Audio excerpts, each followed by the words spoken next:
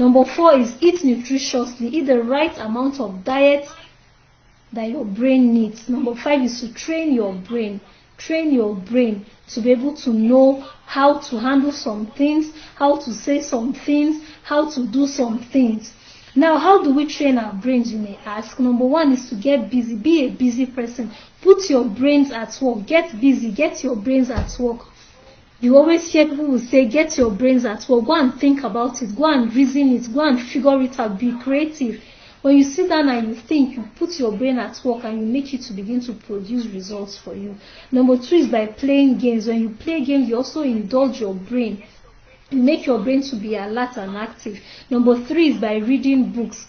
It also helps to enhance your brain and train your brain. Number 4 is using your senses. Now, how do you use your sense? That is your brain. Using it how? For instance, now let's say you're calculating something in math. Instead of using calculator to calculate and get your answer, you put your brain into use. By doing that, you're making your brain to stay active and alert.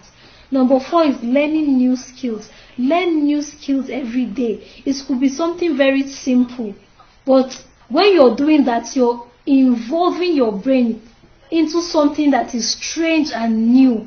And once your brain is able to grab it, you see that it becomes used to it, comfortable with it, and it begins to make it productive, to become very productive for you.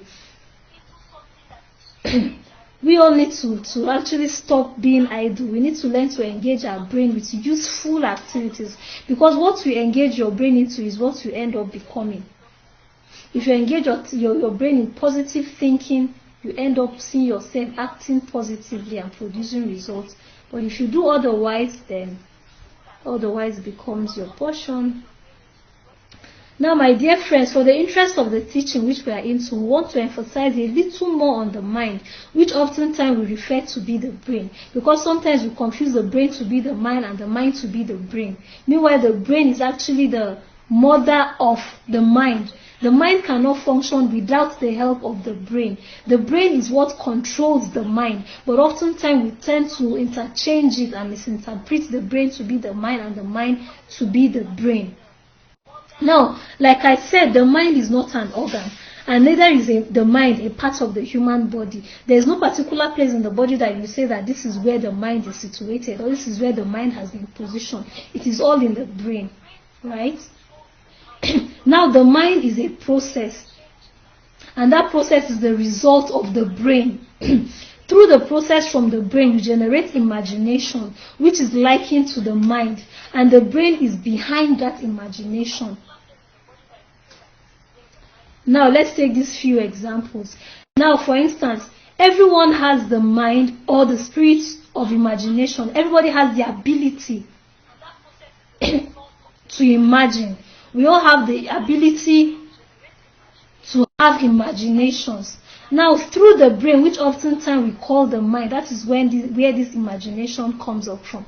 It is simply the ability of the brain to think in pictures. When you're imagining things, you're already picturing how that thing is, be it in the future, in the present, or in the past.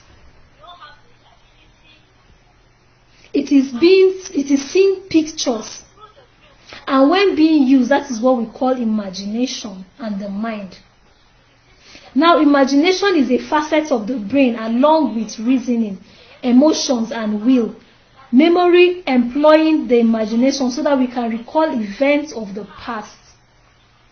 Imagination is a form of reasoning that brings past events to life, or present events, or even the events to come. That is the future. Now you sit down and you begin to imagine it, putting your mind into use with the help of the brain. They work hand in hand. Now, imagination also allows us to contemplate our lives in the present. It also empowers us to visualize the future. That's the things to come.